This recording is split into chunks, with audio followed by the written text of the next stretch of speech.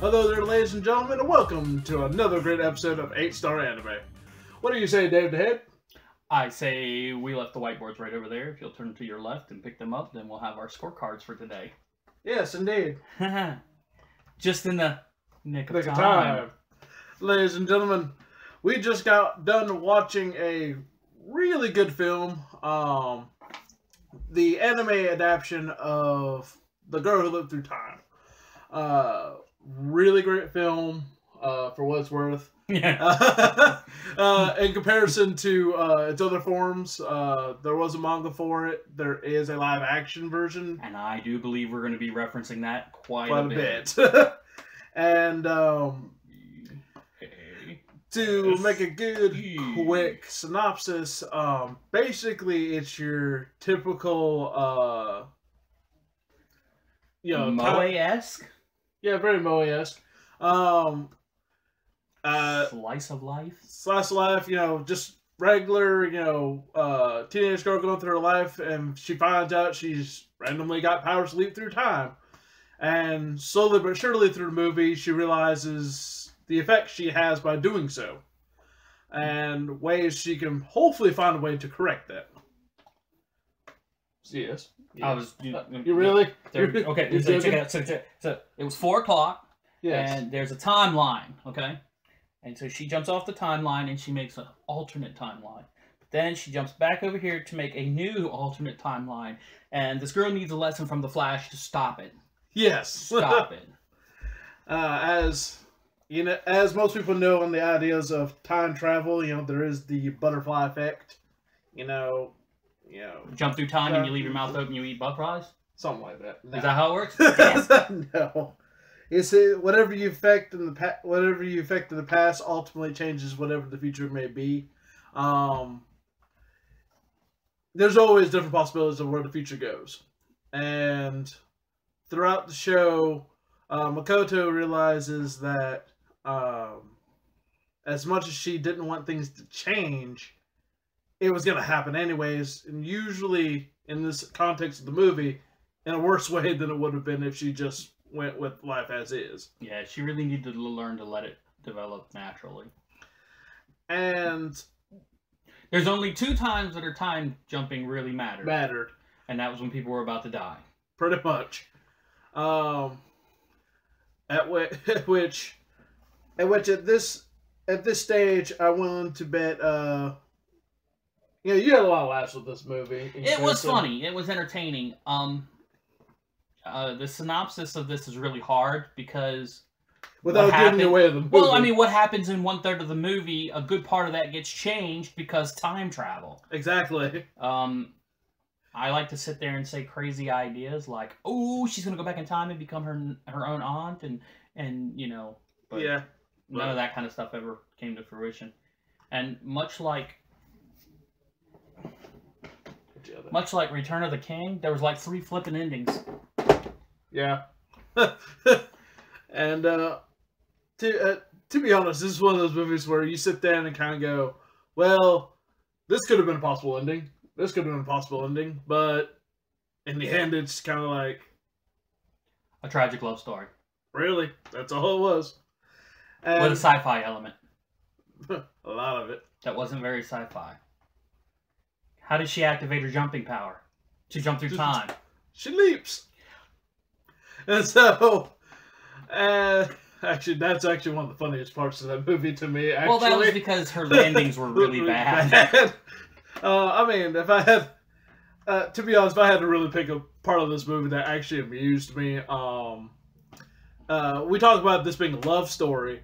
Throughout the whole thing, we find out... But it's not a romance. Not a romance, there's just a love story to it. It's her and her 2 best friends, who are both men. They like to play baseball and do whatnot, but at a certain point, I believe Kosuke was the one that gets asked out by... He's the good responsible one. With glasses. And he gets asked out, but he refuses to kind of, keep the group together and whatnot. At least that's his excuse at the time. And Chiaki, the was it Chiaki? Something like that. Chiaki. Chiaki. I'm not sure, but I can't remember off the top of my head. He is at this point the irresponsible one. But at one point in the entire time, as she's avoiding that love story between her and Chiaki, Kosuke has his own little bit, and through one point in the movie, she's trying so hard to get this one girl and Kosuke together that it seems really comical that every time she does it, she fails. Well, it was the failings that make it comical because of the stupid things she does. And not realizing that. Well, do you think she seems an idiot to us because we're older and we're like, you can't tell him the secret story that she had told you when she fell in love with the guy because she hadn't told it to you yet, and you're not thinking about that? Actually, no. Do you think it's because she's 16 and doesn't watch enough sci-fi to know that those are the rules? No, actually, no. Because I mean, you think she's just an idiot? Don't get me wrong. I mean, if I went through time and I knew of something, I probably would end up saying something of that nature too. Well, sure, but and that's why I don't think it's stupid. But that blatantly open? Fair. But the real funny part is when she finally succeeds. At least. Well, that was a pretty cool way the way they did it. Because why is that your favorite scene? It really was kind of funny. When the wrestling people. The wrestling people. So one of the things that happens at the beginning is, I know this is all spoilers, so you know what?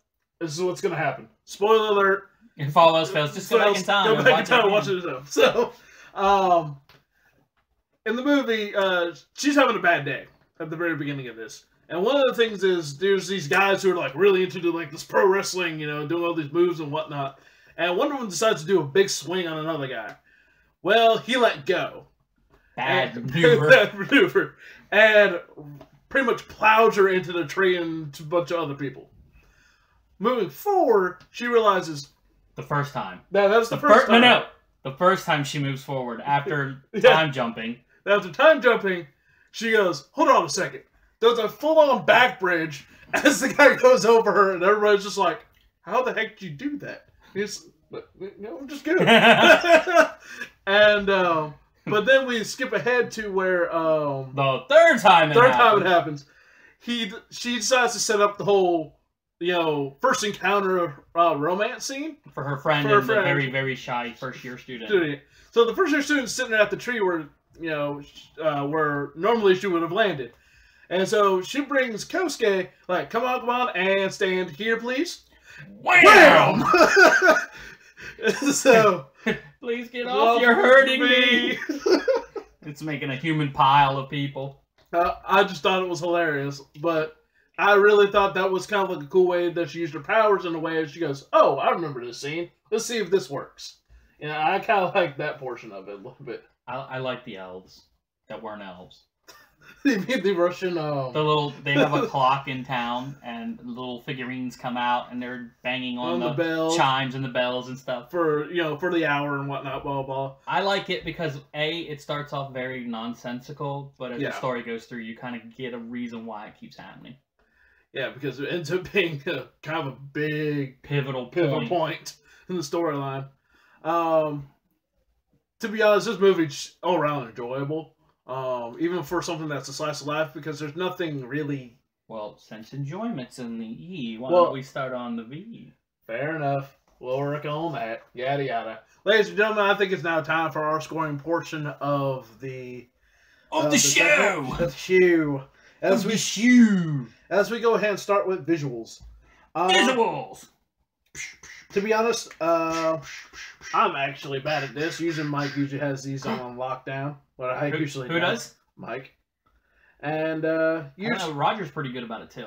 Fair enough. Roger's usually pretty good at keeping me online about exactly when movies come out and whatnot, yada yada. And I cannot remember to save my life when this one did. Oh, when it came out? Yeah. Yeah, well, you got Wikipedia. Make it happen. Fair enough. And I thought the visuals were... We don't have a time traveling, but if we really want to, we could use the magic of editing. No. Okay. I'm a man who does things once. So we ain't doing this whole, alright, take two crap. Okay. Yeah, that was a rip at you, Mike. So stop that. So, with that said, with the visuals, gosh, the last time I saw visuals like this, I was watching Digimon the movie. That was back in time. Quiet you. That was back in 2001, I think. And to be honest, I would have to give it about a 1 star. It wasn't necessarily everything had that moe feel where everything is over exaggerated, everything is well overplayed, but in the right spots, not just for the heck of it. So to be honest, I would have to give it a 1 star as my turbo pick for that. How about you, sir? Well, I'm going to give it 1 star as well. I didn't feel it was very exaggerated as like Princess Tutu was. No, it's not as But good. The animation was simple and it was adequate. It wasn't nothing bad, but it wasn't anything great. So there you have that. We'll go to audio. Audio was interesting in this particular sense. We kept having to turn up the TV a little bit when we realized it was very soft. Very soft. The characters you couldn't really hear, but for some reason the cicadas in the background, yeah, you heard them just fine. I hate those bugs. I hate them. And but I think once we solved our own issues of the TV volume overall, and they stopped doing the bug sounds, everything sounded fluent. They were louder than the train. Yes, and but the characters sound fluent. They actually interacted well with one another. The dub was very good. Dub, very, very nice. So realistically, I personally would have to give it a 2 stars. It was definitely worth the time on that one. I did too, Chuck Woolery. I swear to God.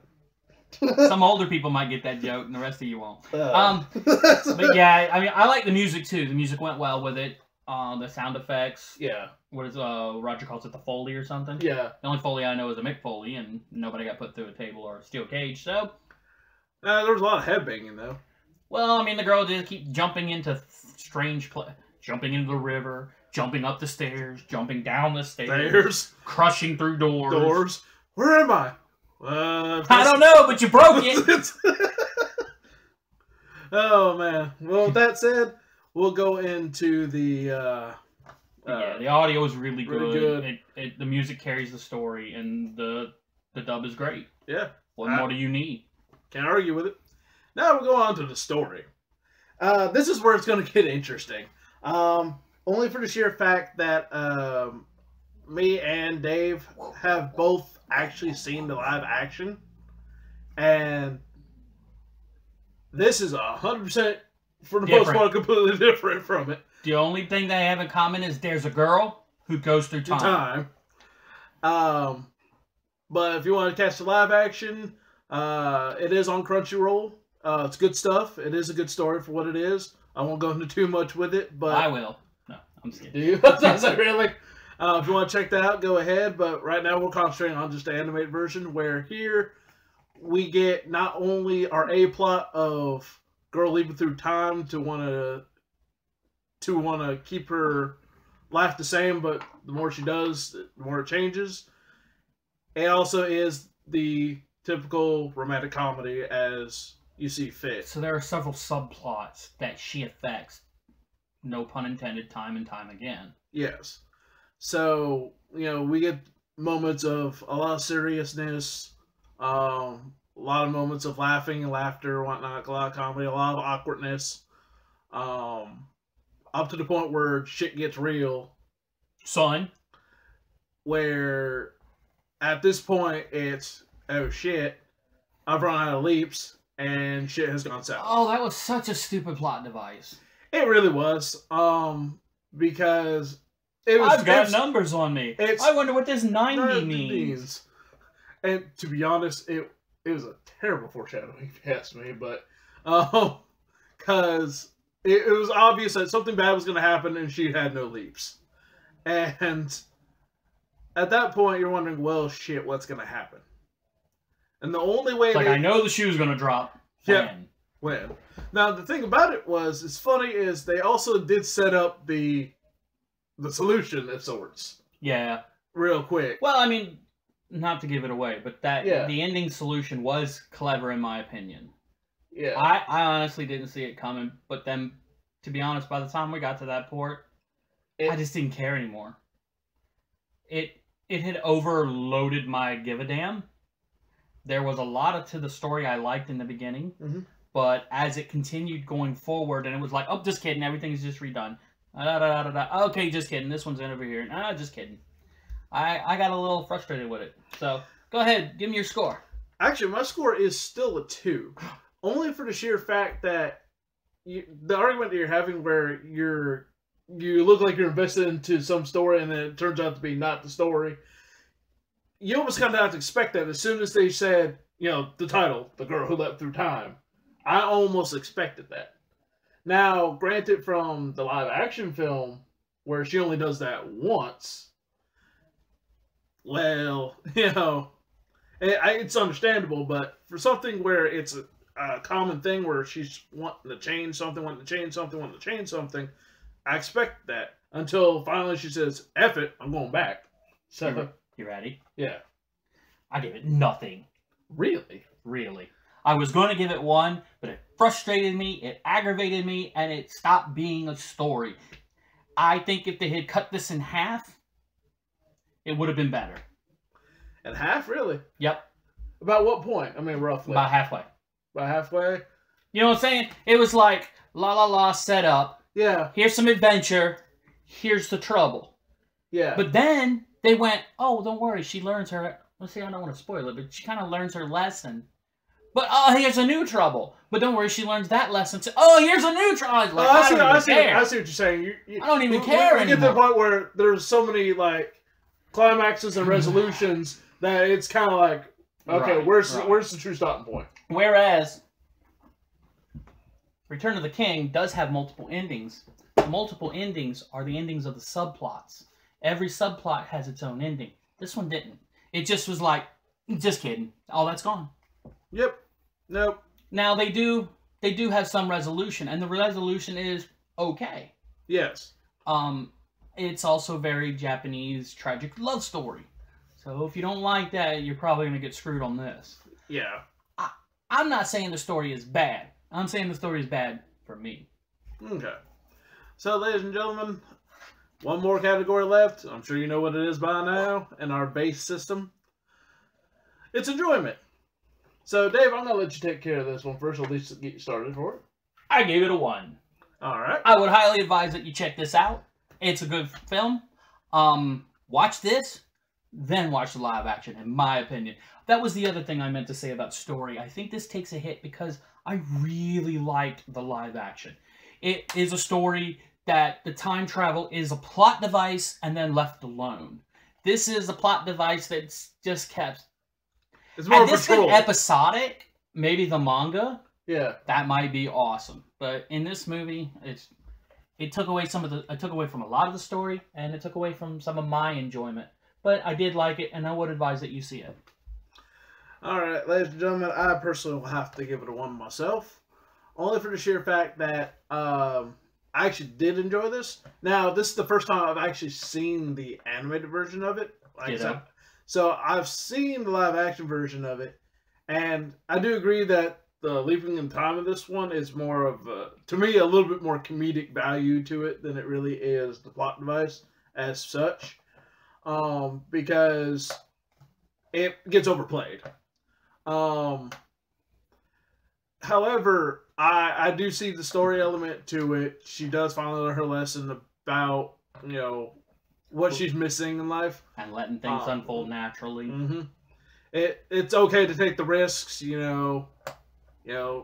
stuff happens, It's like, if it didn't work out, well, hey, you learned that lesson. Maybe we can try it again with somebody else or something else, That's how it works. That's how life is, No risk, no reward, as far as I'm concerned. Well, any final thoughts? My final thoughts is, check out this movie. It's really worth the time. Funimation did a really good job with the dubbing of it. And so, hopefully we will see more films like this are really top, to me, a little top notch to me. Well, I mean, there's a reason why it's, you know, it's talked about in review shows and things of that nature. Now, before we get on, you know, our final reviews, you know, me giving it a 6 versus Dave giving it a 4. Oh. Which was also the time on the clock. Don't take away from it. Like I said, like he said before, you know, it's just our thoughts. You know, our way of saying, hey, I enjoyed it a little bit more than maybe he did for different elements and such. So I always say, decide for yourself. Always see what you think of it. So what about you, Dave? My final thoughts are on next week's episode. Really? That's right, ladies and gentlemen. We are going to look at Dragon Ball Z Resurrection F as we watch the film that actually helped Dragon Ball Z truly pick up momentum. And I'm going to ask if any of you have time traveling. Come save me. Now. Well, with that said, folks, I'm Chris Brown. He's Dave the Head. We'll see you next week.